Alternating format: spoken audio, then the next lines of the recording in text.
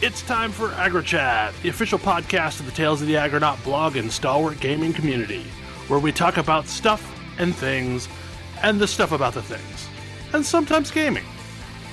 I'm Belgast, and let's start the show. Hey folks, it's that time again. Time for another episode of AggroChat. This is episode 273. Tonight I'm joined by Emo. Hello. Ashgar. Almost to 274. Kodra. Hello. And Thalen. Hey there. Down a few people, and we think we have a show. So yeah. I did want to start off the show really quickly, and I'm throwing this on the list last minute. Like we talked at length last week about, Blizzard and the Hong Kong thing, and some other shadiness has happened this week, which I think bears mentioning.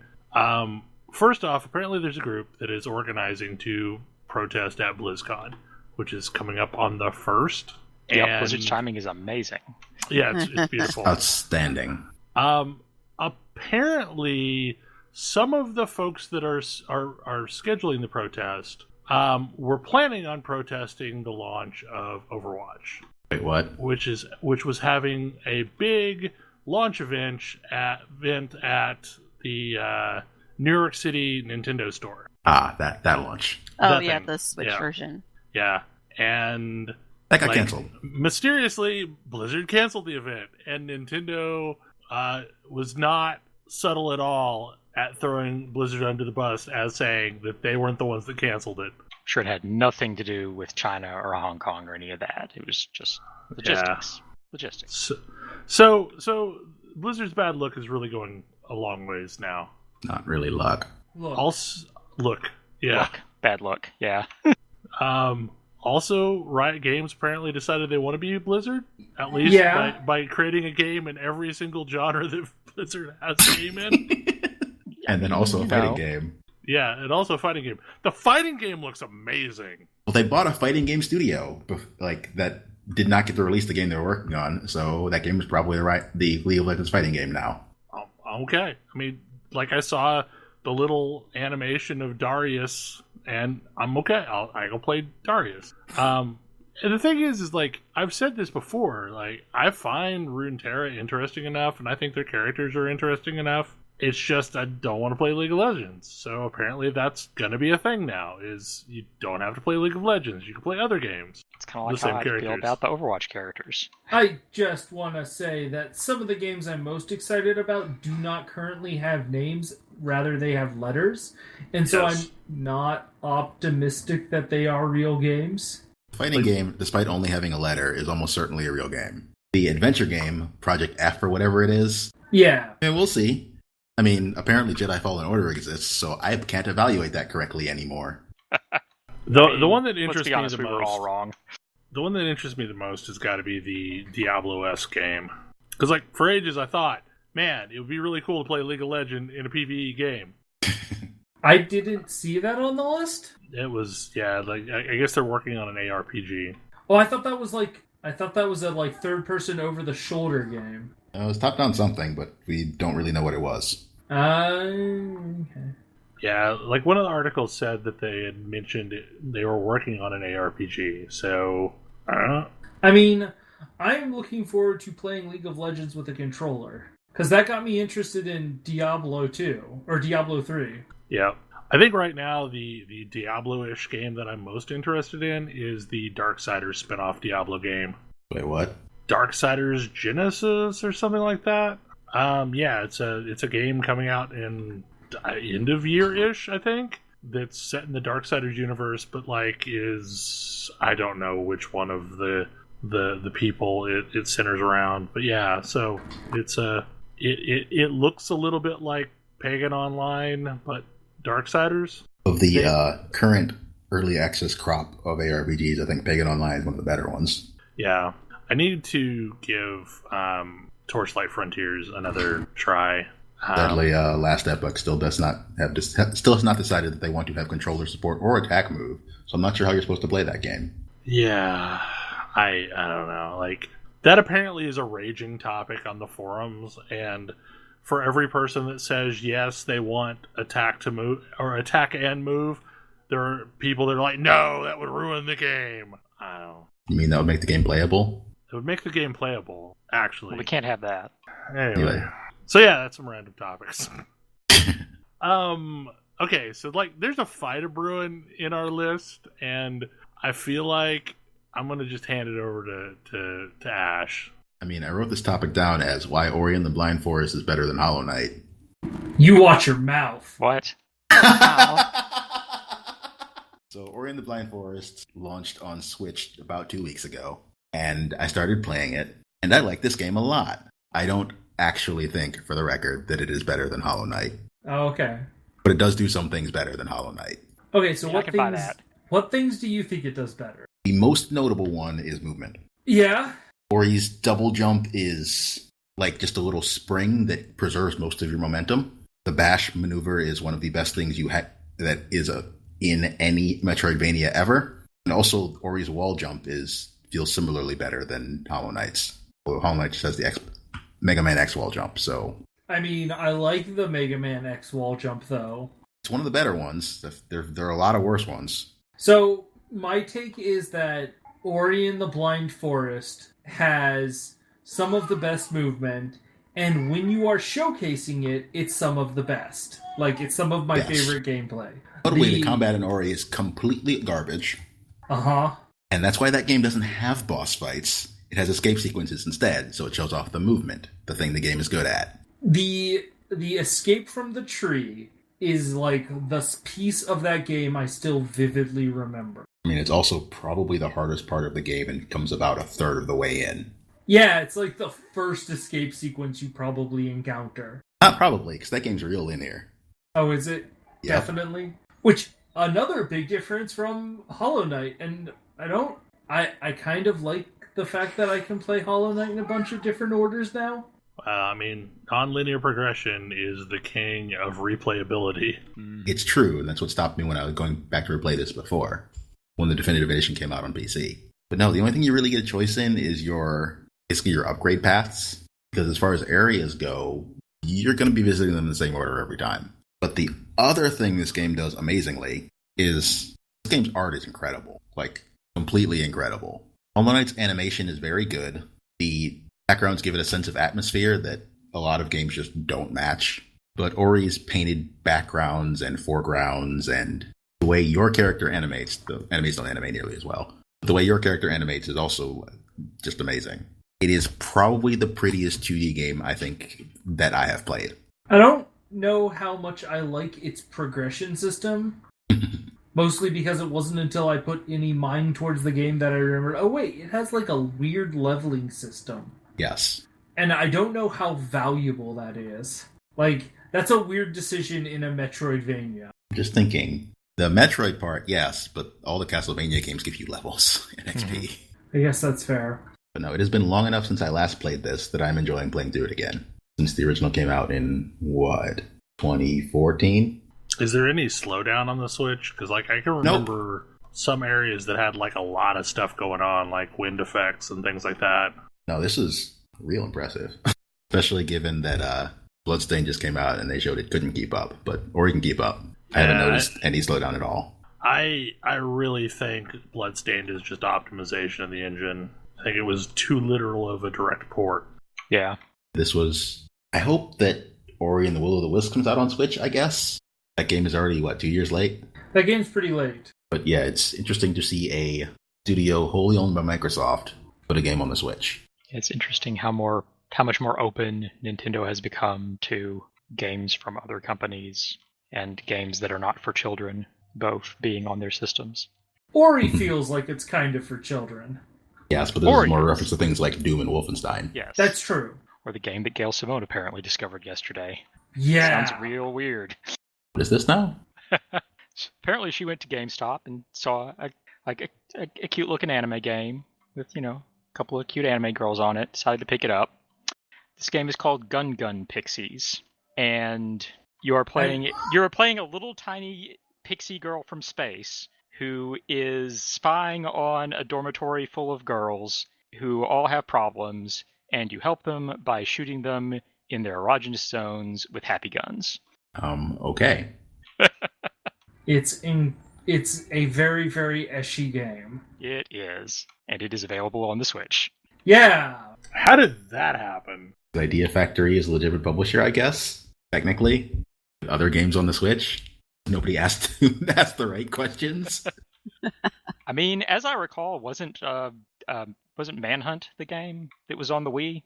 It was like basically just a murder simulator. Yeah. I think so. Also, Manhunt 2 was on the Wii. But also there was that black and white Platinum game that was ridiculously violent. That was Wii exclusive.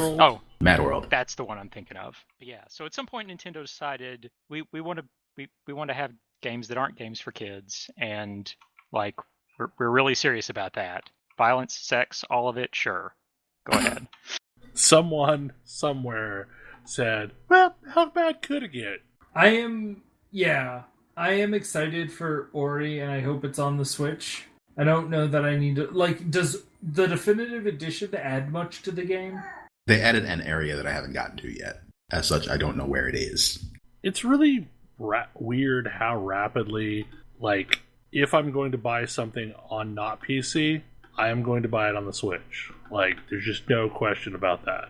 There are still some questions for me. Because for things like Greedfall, if I pick that up, it's probably going to be on PS4. I mean, that game is not on the Switch, but the Switch doesn't look like it would be able to run that game. And I don't really want to think I want to pick it up on PC. I picked it up on PC. It's kind of not well optimized for PC. Anyway, it sounds like we're done with Ori. Also looking forward to Silksong. Yes. When very much is looking that forward to releasing? Silksong. Eventually. Okay. I do kind of hope that, like, on Ori, I think we kind of glossed over what I do think was the biggest problem with that game, which was a problem with pacing. Once I beat that tree, I was like, oh man, that felt so good. I can't wait for, like, the next bigger thing. But at that point, there was no bigger mountain for me to climb, and the rest of the game sort of felt like I was just sort of going through the motions at that point. There was nothing new. Yeah, and there are really only 3 sequences like that in the entire game. And while there is somewhat challenging platforming between them, it's nothing like the actual escape sequences. Yeah, maybe if the combat was a little better.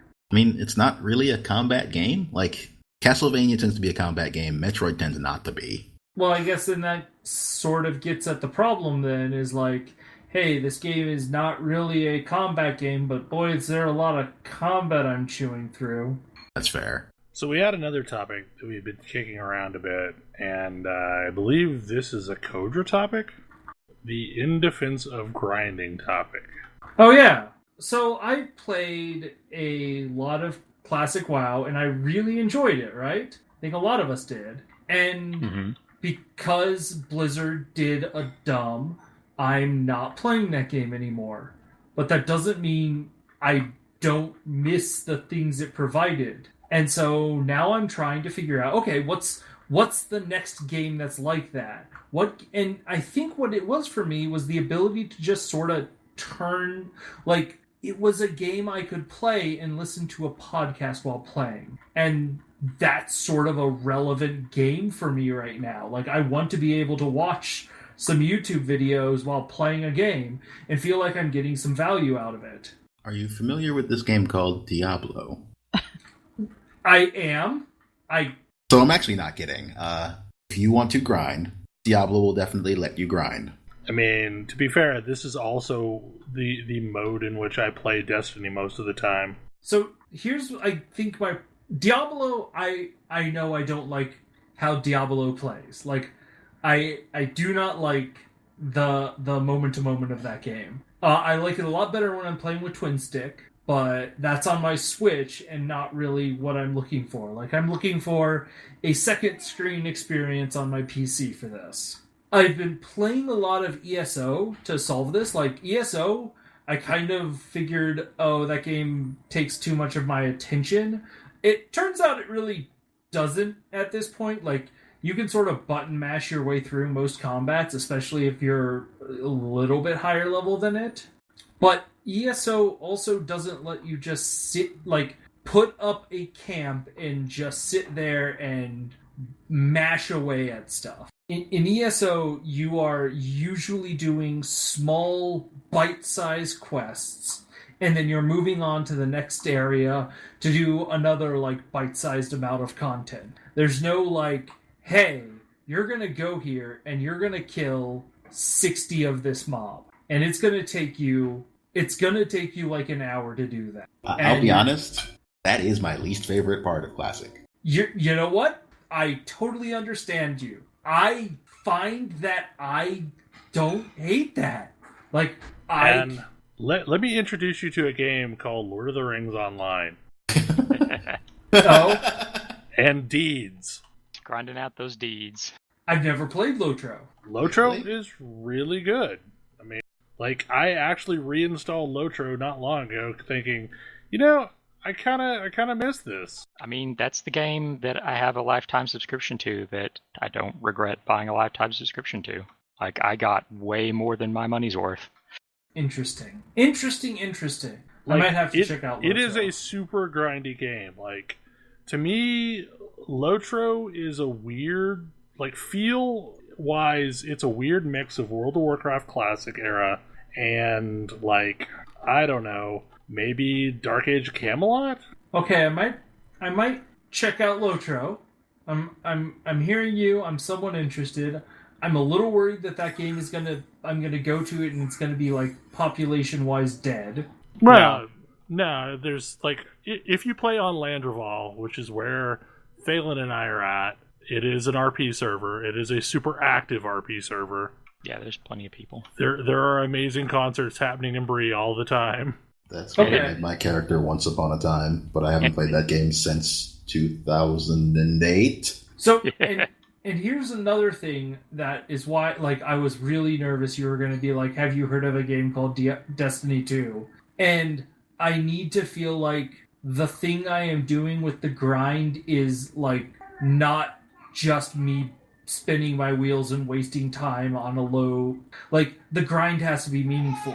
And it sounds like the grind in Lotro is pretty meaningful. Like, you want to do these deeds. Yeah, it unlocks character traits, basically.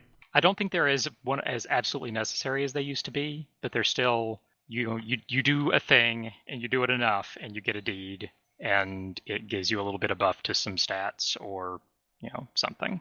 Oh, but like a lot of them are like... permanent buff? Oh, yes. Yeah. Like, you can only have so many of them active at once. So, Oh, that's interesting. But they do interesting things, like... But a lot of them are for doing things like just, kill 30 orcs, kill 60 orcs, kill 120 orcs. Nice.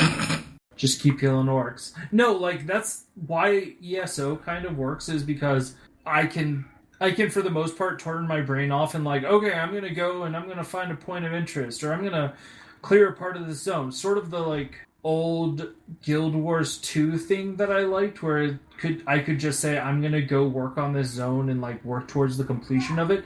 The problem I always felt with Guild Wars 2 was I didn't feel like the reward for clearing a zone was ever good. Complete in Guild Wars 2? Yeah, mostly wasn't. Yeah, map complete in Guild Wars 2 was like, I liked the idea of completing a map. I didn't feel like the reward for completing a map was worth the effort. Way better in the expansions, but yeah, the original set of maps, not really worth it. I will say, though, I really think the game you're looking for is Lord of the Rings Online. All right. That said, Destiny 2 still is a really great grind, and Thalen has been playing a lot of it of late, and he can back me up on there is just an excessive number of things to do. But it's true. Excessive number of things to do is not actually meeting what I'm looking for in a grind. When I say I want to grind, it's less I want to grind, I want to camp. I want to put down stakes, I want to pitch a tent, and I'm going to live in this area. I mean, there's a bunch of activities that allow you to do just that. So I don't remember them, is what I will tell you. They didn't exist when you last played. Like, when did you last play? Oh, it's probably been a year or so. Actually, no, it hasn't, because I played, like, about 6 months into the Gambit cycle. Okay. Well, there's a bunch of stuff, but it's not well directed. Like, they don't necessarily lead you to it. Yeah, that is a problem with the game. I am doing the menagerie grind right now. which is like as we record, which is kind of like a mini raid that's match made, and there's it's utter nonsense. Like, Season of Opulence was the last season, and this is where Callus is trying to reward us and gain our favor, and there's like all these weapons that you can get, and you get them through the menagerie, and you slot runes into this chalice, and depending on what combination of runes you slot is what kinds of weapons can drop. It honestly reminds me a lot of the Colosseum from Final Fantasy VI, where like there's all these weird weapon combinations that you can get if you put the right combination of stuff in as to what you're quote-unquote wagering. And I am purposefully like grinding for a specific hand cannon that I want, and it gives me different rolls each time I do it. But like the activity itself, Menagerie, is really fun. Like it is basically kind of like, it feels like a greatest hits collection of some of the raid fights, but they are designed in a way that even if you don't do amazing at them, eventually you will complete this encounter. It just depends on how many fights you go through in order to get to the end. I don't know if that makes any sense. It's like every time you do an encounter, there is a maximum contribution to your final score that you can gain. And if you fail boat completely, it just moves you on to the next encounter. And like, maybe you'll do better at that encounter. But eventually, if you've done enough encounters in a row, you will get to the final boss and you will fight it, and then you can open your chest and get your loot. Okay, so this is pretty interesting because some of it reminds me of my favorite grind of all time, which is the Cenarian Circle Rep grind. It is not unlike the... Yeah, so it is not at all unlike summoning the majors.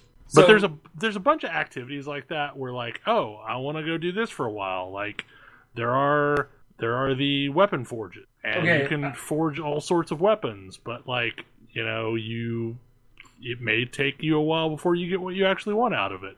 And it's a weird little encounter that's kind of Destiny basketball. I did hear a little bit of skepticism there. What part of Cenarian Circle Rep grind were you whatting, Ash? That's your favorite grind? That grind was really fun. I loved it when people, you know, would invite me to do the fights without having to grind for the fights. So that's the thing, is like, if you wanted Cenarian Circle Rep, which you did, what you were doing is you were going around, you were killing these low-level cultists. And the cultists would drop two things that were relevant to your grind. They would drop encoded orders, and they would also... They drop clothes. They drop clothes. They'd periodically drop clothes. And then you would put those clothes on, and you would go to the various things, and you would summon a little mini-boss. And that mini-boss would be, you know, pretty tough to kill, but you would kill him, and you would get an item, and then you would keep accruing those items and those clothes until you had enough that you could start summoning the bigger things. And then you would be like, okay, well, now I can summon a bigger thing, let me get me and like 20 to 30 of my good friends on, and we'll go kill this bigger thing, and something cool will drop. And like your individual effort in that regard is feeding in to a bigger effort, and that felt cool. Like I liked that. I also liked the progression of that grind, where you're like grinding for one stage, then you're like it's sort of the what's the puzzle that BioWare loves? Towers of Hanoi. Yes, it's the Towers of Hanoi of grinding. So, the Dungeon Set 2 quest line requires you to kill the Duke of Cinders, who is not the highest level, but the second highest level. And you have to specifically get the fire version of that level. So I've actually done a decent portion of that grind just to get that step complete. Yep. I don't know, like, I guess it would have been better with other people doing it. Honestly, I was doing it solo. Like, it was a low brain activity for the most part. It was one of those things where, like, it went from a bit of a low brain activity to a high brain activity. Like, That's sort of the thing that I'm realizing is the pacing of my attention is pretty important in a game. Like, if I have to always be on or if I'm always off, I'll lose interest. But if you can give me something where I am sort of operating at a low level and then getting to a higher level over time, like periodic bursts where I have to really pay attention, that's really compelling to me. Well, and the other thing that I really dig about the state of Destiny right now is a lot of these encounters scale. So if you run it at the low level, you're still getting stuff. But you can largely just turn your brain off when you do like 750 strikes. 750 light being the base level of the strike. But you can eventually scale that up to be like a 950 strike. Or a 950 nightfall. That if you want to actually have to work at it, then you can scale that up. And the same is true with like a lot of the other activities that are available. But I mean, it is enough to where I can successfully do strikes and stuff while we sit here and podcast, and I feel like I'm moving towards something. And there's so many long-winded pinnacle weapon chains. So pinnacle weapons are like somewhere between an exotic and a legendary. They're like fixed curated role weapons that can only be gained through this lengthy grind quest. So like one of the ones that I'm slowly chewing on whenever I get a sec, or I decide to like focus it down is trying to find it. Yeah, so strikes is one of those things where I think of like strikes are very directed, and I kind of want a grind to be a lot less directed. So the thing that I've been working on off and on is a pinnacle weapon called Loaded Question. You have to get it through either completing strikes or nightfalls, and it's like a badass fusion rifle, and you have to get 500 fusion rifle kills. And you also have to get 1,000 arc damage kills. And on top of that, you have to have 40 strikes or nightfalls completed. So, like, this is a long-tailed thing. There was an equivalent of this for Gambit that I got to get an auto rifle that I still use today.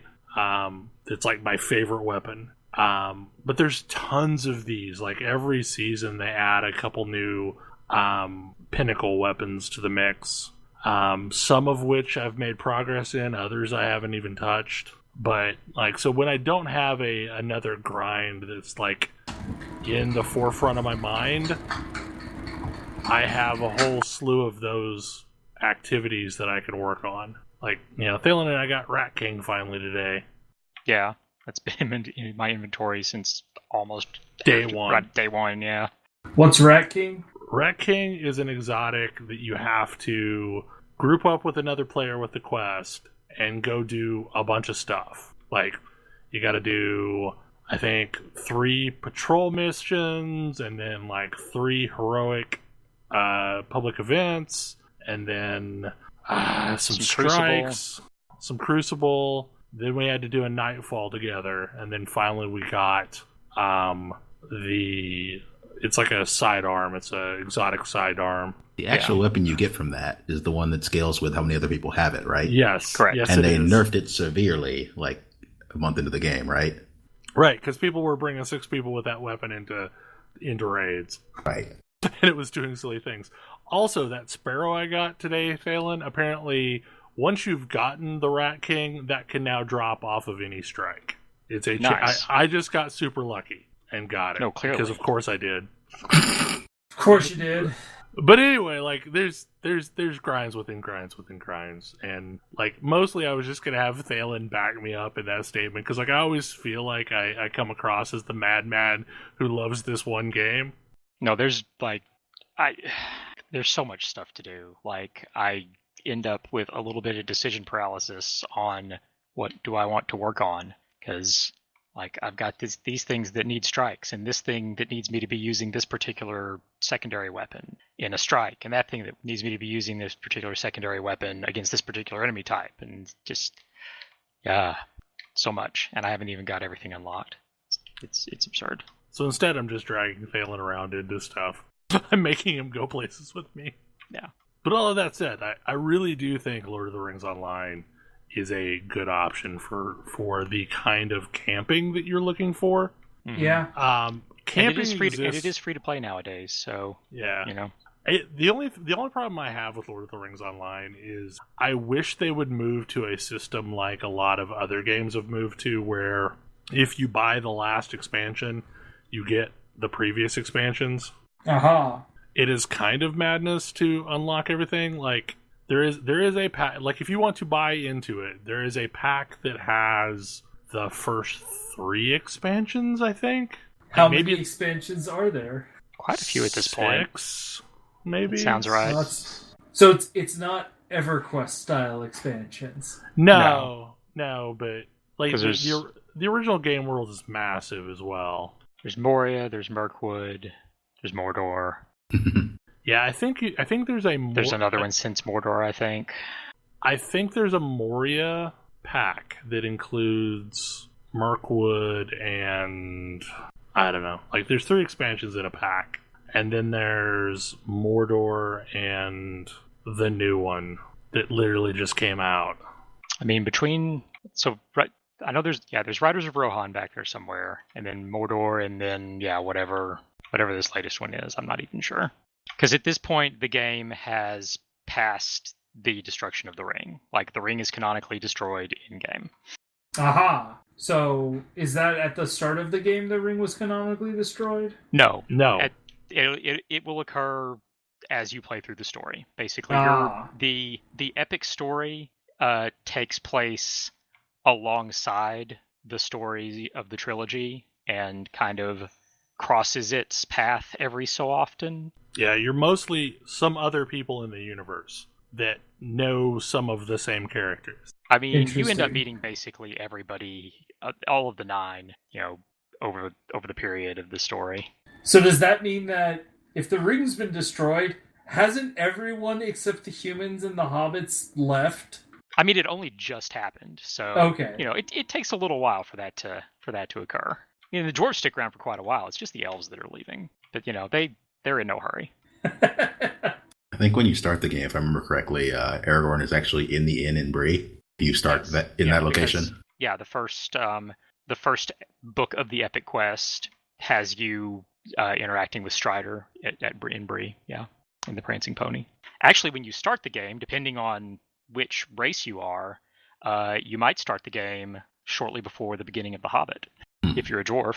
Oh, I don't think I ever started a dwarf. The very first section of the dwarf stuff takes place as Gandalf is gathering the dwarves together to leave from the Blue Mountains, heading east toward the Lonely Mountain. You get to run a message to, I think, Glowin and go find Thorin because he's off being emo.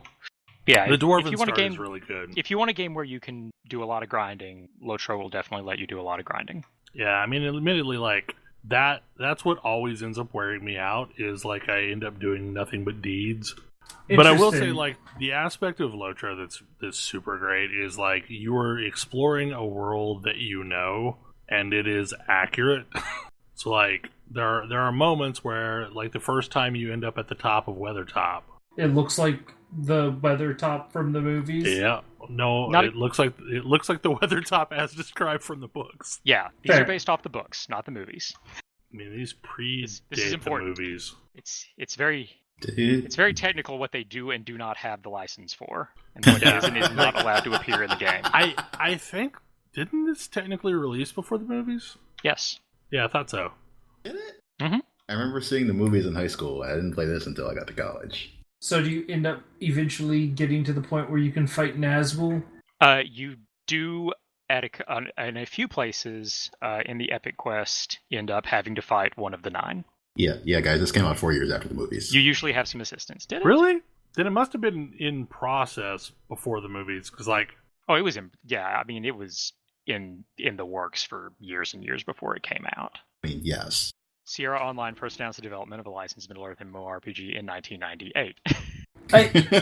I feel like even though it may be very accurate, it would suffer the same problem I'm currently experiencing in Elder Scrolls Online, which is, even if it's accurate, I don't really know it.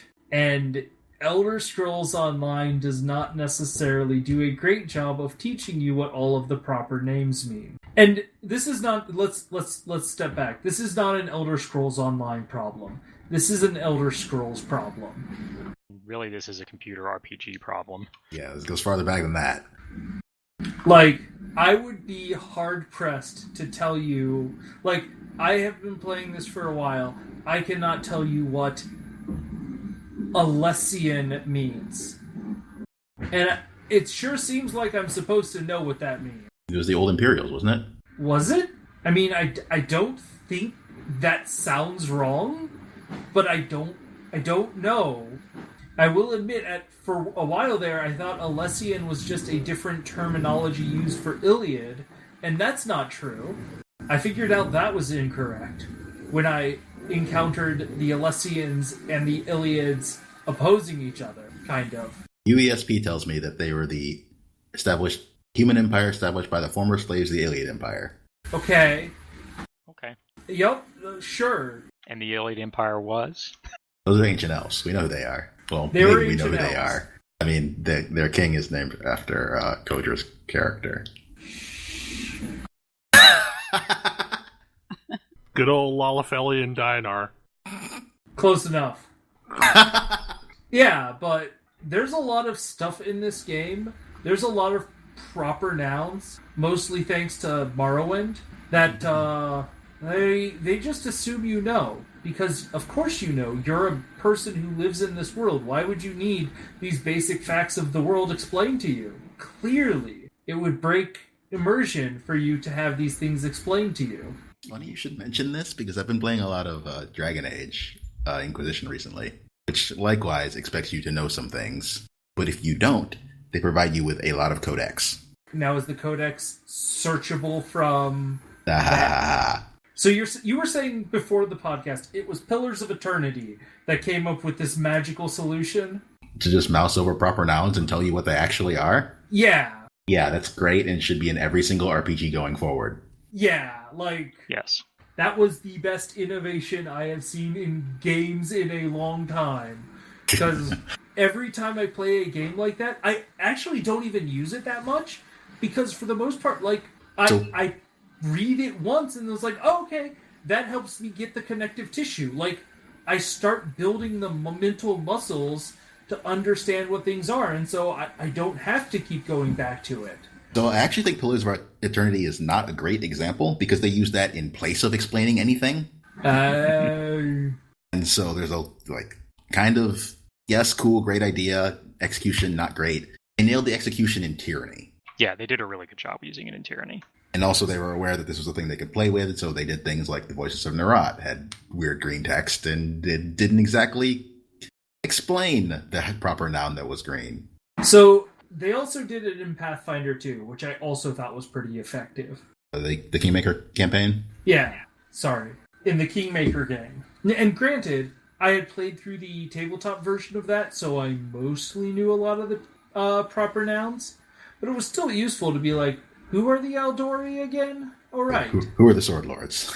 I also have to say, playing ESO, I'm still fascinated by some of the gambles they've taken. Like, not having an auction house. That's the most controversial thing still to this day. And the one that the player base is usually the most up in arms about. It's really interesting. Like, if like, money where my mouth is, if you want to talk about forcing players to, like, do some negotiation to access the community, that's not a terrible idea. Like, oh, you wanna buy and sell things? You better join one of these, like, auction house based mega guilds. I mean, or know that they all go to that one town in Greenshade? Not Greenshade. It was the Khajiit area in the Almeriad Alliance place. Anyway, there. They all go there. The best guilds go there to trade, to set up their merchants. Oh, interesting. I did not know that. So those are also the most competitive ones to get. Yep. But that is where you go if you want to probably buy something. Yeah, but that's also where you're going to pay the most amount of money for the item. True. Oh? Why is that? Yeah, like, you want to if you want to find deals, you're going to want to go find some backwater, because chances are they're not paying or they're not charging what the big public areas are. Like I did this thing, I don't know, when I was looking for the Dwemer patterns. I did the same when I was looking for the Minotaur patterns. Yeah, like I basically went everywhere, like all around the world, looking for best deals. So that's funny. Reminds me of Star Wars Galaxies. It did have a market board which you could use to find out like what was for sale and where, but then you had to go to that place to buy the thing. Yeah, so it doesn't even have that. So go to the place and see if they have the thing you want. Are there no good third-party tools for this? There used to be, but they tend to kill them. None that are very updated. Like, there was at least a thing that I was able to find that gave me like a list of all of the vendors that exist and who currently owns them. Yeah, I mean, the vendors that are probably the most sketch are the ones that are out in the middle of the countryside. I managed to pick up one of the pieces I needed in one of those, but they're like, so there's vendors near major cities. There's vendors near like small outposts, and then there's the vendors that are just in the middle of the road somewhere. So how does this work? Do you like, if a vendor is not currently occupied, your guild can just like be like, no.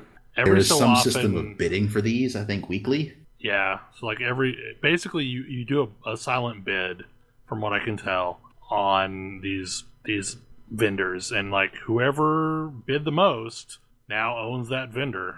That's fascinating. And it's like there's some serious like shade that gets thrown back and forth if you take away someone's long-standing vendor. Oh my goodness, this game is like, just having this conversation is getting me more kind of into it, because it's clearly got some depth that I don't currently appreciate, but it still feels fun to play. So one of the guilds that I'm in is the Kodra guild, which is the remnants of the group from Alpha. Yep. And a lot of times they have answers to questions that I have, because there's some people that have like been playing this entire time, so they understand the ins and outs of these communities. But I mean, like, it's doing some really interesting things. It definitely feels very different and a lot less directed. So it's more directed than WoW, but a lot less directed than Final Fantasy. It also, and I would be curious about some people who aren't on this podcast's opinion, feels like a game where you can just build you can put together an awful build. I think it absolutely will let you do that, with the thought being eventually you'll own enough points that you can fix it anyway. Well, you can respec now, thankfully, but is respecking reasonable? Yes. Okay, what I remember from respecking was champion style respecking.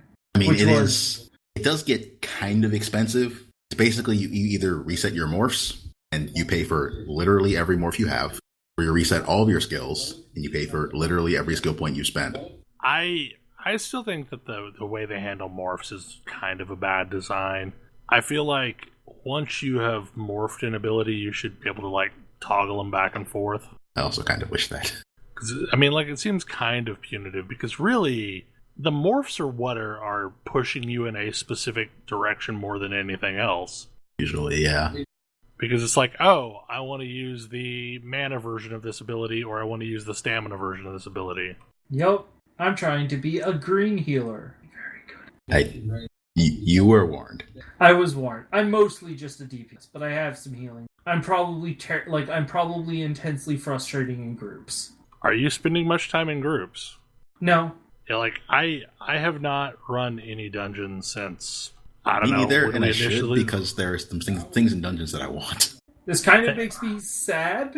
Like, I wish I was running more dungeons. I don't know where they are. There's not a lot of direction to them. I want to say I'm around 200 or 300, or like 300 champion points or so. I'm not even level what? 50? I've only ever played the one character, so... But then again, champion points carry over on all characters, which makes it real weird to play a new character when you've got like 200 plus champion points. So what do champion points get you?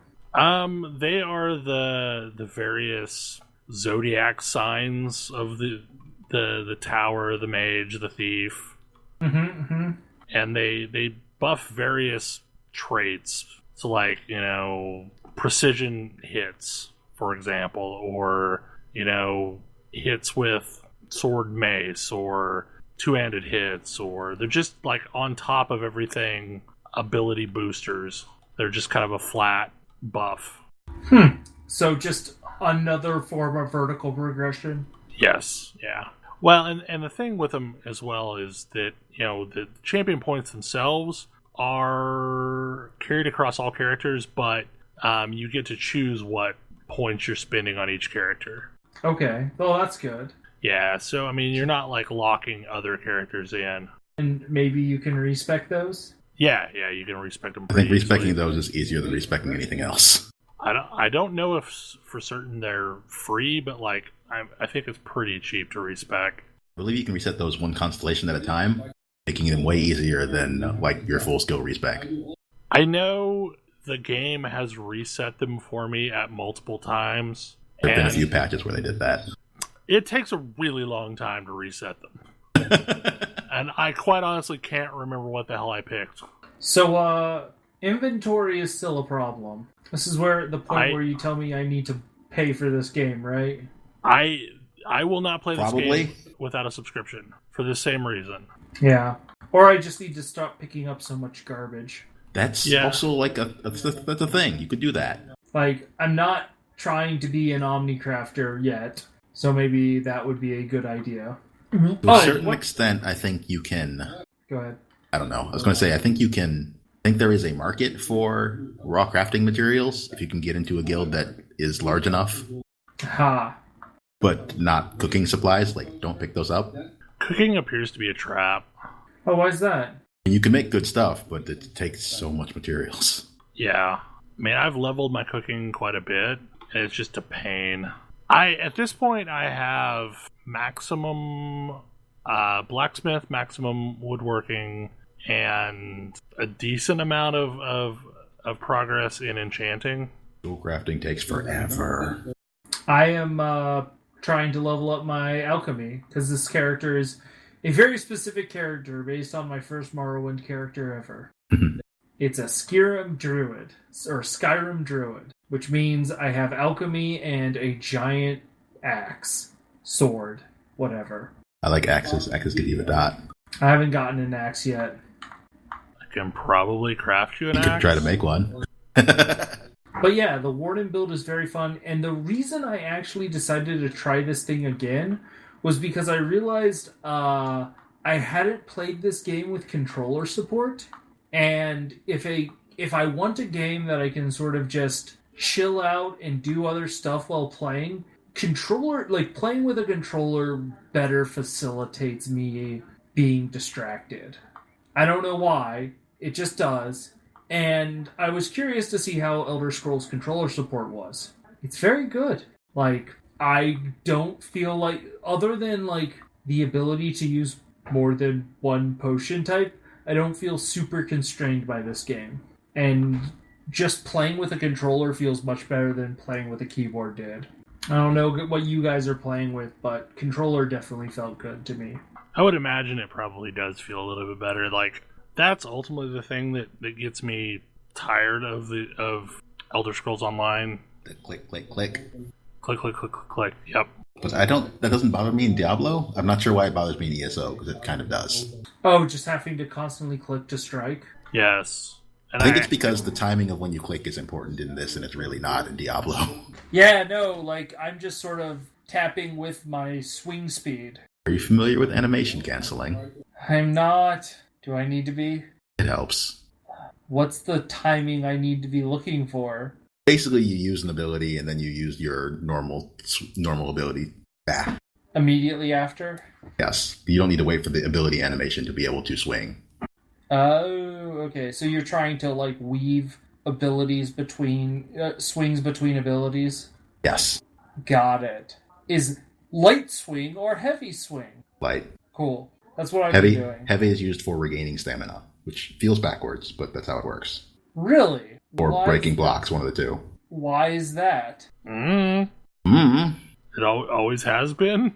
I don't know why, but the function of heavy attacks in ESO is to regain stamina, mostly. Which, when you're a stamina build, you're doing this a lot. Yeah, but light attacks for damage, heavy attacks for regen. If you are a caster, I believe this is not true, and staff heavy attacks are much better. But I don't honestly remember, so you shouldn't really take me at my word without looking it up. Fair enough. Okay, so I know this has a story associated with it, and some of us may already know this, but I'm curious. The Donkey Kong score dispute. Oh, is it story time? It is story time. Yes, let's start with, how familiar are people with The King of Kong? Somewhat. Okay, The King of Kong was a documentary from 2007, talking about how Billy Mitchell, who was portrayed as the villain, and Steve Levy, who was portrayed as the underdog hero, both made attempts to cross the 1,000,000-point mark in Donkey Kong. In this, Billy Mitchell is portrayed as kind of a jerk.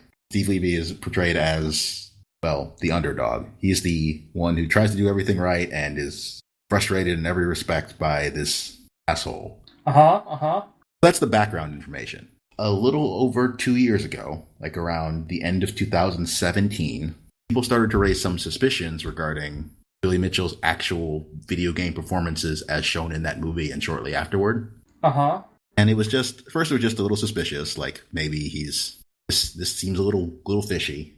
And then in February of last year, someone showed that the transitions between the levels in the videos he provided do not match the arcade transitions. Instead, they match emulator transitions. You may have heard about this because it was mentioned on Checkpoint. Yes. This is one of a couple of cases of this sort of thing happening. There was another guy with a racing game, and it was a similar sort of thing. Basically, he posted a time that was impossible in the actual game. In this case, it wasn't so much that the achievement itself was impossible, so much as that there was some suspicion that he didn't do it on an arcade machine. And there's other evidence regarding his amazing, ridiculous luck.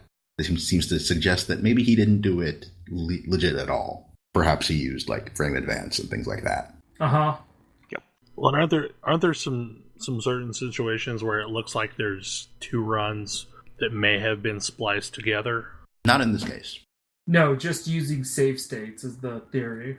So yeah, the dispute was opened on the Twin Galaxies forums with introducing this information.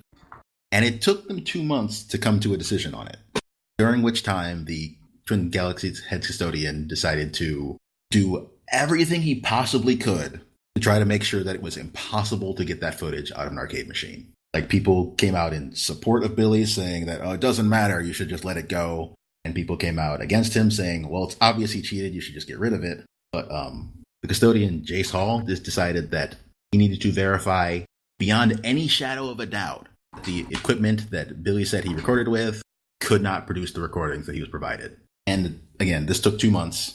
Billy Mitchell hired his own expert who came out with the exact same conclusion. Which, that was a bit of a surprise. That the expert Billy had came to the conclusion that Billy cheated? Yes. Hilarious. Yep. But in April, they finished the investigation, concluded it, banned him, removed all of his scores, so on and so forth. However, last month, Billy decided to threaten a lawsuit over this, saying that, claiming defamation, saying that Twin Galaxies and Guinness Book of World Records had harmed him. And the formal response to this, which took them about 10 days to come up with, is one of the most aggressive pieces of legal speak I have ever seen. Okay. Basically says, if you sue us, it's going to go very, very badly for you, and maybe you shouldn't. I mean, isn't one of the defenses against defamation, we're right? Yes. Can't be defamation if the statement was true. It also requires you to actually make a harmful statement, which they never did. Well, they were very, very careful to say the entire time, this gameplay could not have come from an arcade machine. That is the extent of what they said. Oh, they never said that he cheated. Yes. Interesting. I mean, he's kind of notoriously litigious anyway, so... he did sue Adult Swim. They knew they needed to cover their butts. Yeah, I feel that's why the dispute took so long.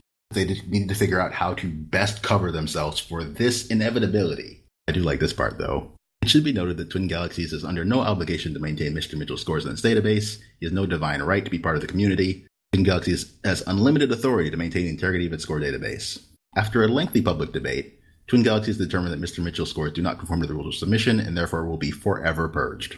Nice. But when I saw King of Kong, I did not believe that this guy could actually be that bad. Turns out he is. He really is. Reading through the extent of all of what was said over the past week or so has been enlightening. But yeah, basically the overall what seems to have come out with Twin Galaxies changed hands a while back is basically 2014 or something like that. Yeah, was the way you got a high score at Twin Galaxies corrupt. Was be friends with the guy running it. Yeah, and wasn't Billy friends with the guy running it before? Yep. Mm-hmm. Yeah. So what I do know from watching the Loading Ready Run bit, didn't somebody beat his score on a many times? Okay. At the point in time which was removed, he was number 14. Yeah. Got it. And he has had things to say about having been beaten, before all of this stuff even. Well, I'm sure it was quite charming. Oh yeah. Yeah, he sounds like just a all-around great fella. Piece of work, that guy. Yep. I wonder if we're going to get more of these as we go on. What? Gaming figures that turn out to be problematic? I mean... Yeah. Yeah. I mean, that's pretty much a given. But I do suspect there are going to be more high scores discovered to have been improperly generated. It's a little funny now, because the equivalent of going to an arcade and performing it live is streaming it. Yeah. Yeah. That's kind of the cool thing about the current generation is, they streamed it, and then they were like, here's the cabinet we did it on. We can put a video camera on us playing on this cabinet, and let's disassemble this cabinet to show that all of the pieces are there intact. Donkey Kong specifically... Yep, Donkey Kong specifically has real tight rules on what you need to show, because it has been infamous for things like this. And of course, these scores didn't need to show any of those things because some of those things are put into place to keep these scores from being challenged, first of all. Mm-hmm. And second of all, Billy was friends with the people running it. Yeah. Well, no, he has threatened to sue, but he has not sued. Twin Galaxies has made a very strong statement against maybe he shouldn't. As far as I know, Guinness has not made a similar statement, but I can't imagine that's going to go well if he tries that one. I'm not sure what you have to gain for trying to sue the Guinness Book of World Records. You think they're going to put you back? I mean, so that's a whole other question is Guinness is also fraught with their own issues. It's true. There's a service where if you want to get in the books, they will suggest a thing you should go after. Yeah. Well, that's mostly for just we're gonna make the biggest sheet cake in the world. Yeah. And we're gonna get some free public relations for our company or our country or whatever. And then you pay Guinness a whole bunch of money and they tell you what the thing that you're gonna do is and how you do it. And then they send somebody there to certify that you did the thing. You do actually have to do the thing. You do have to do the thing. Mm-hmm. But it's still seems like a big conflict of interest. It's a way to hack your way into the Guinness. You've come a long way since just making a book to settle drunken bets. Yep. Because yes, it is the same Guinness. So I wasn't sure we had a full show, but apparently we have had a full show. Huzzah! That's what happens. And I don't think we have time for any more topics. Alas. I mean, probably okay if this one waits till Tam gets back. Yeah. Anyway, hopefully you enjoyed the show, as seemingly random as its content was tonight. And we will see you again next week. Good night. Good night. Good night. Good night. See you.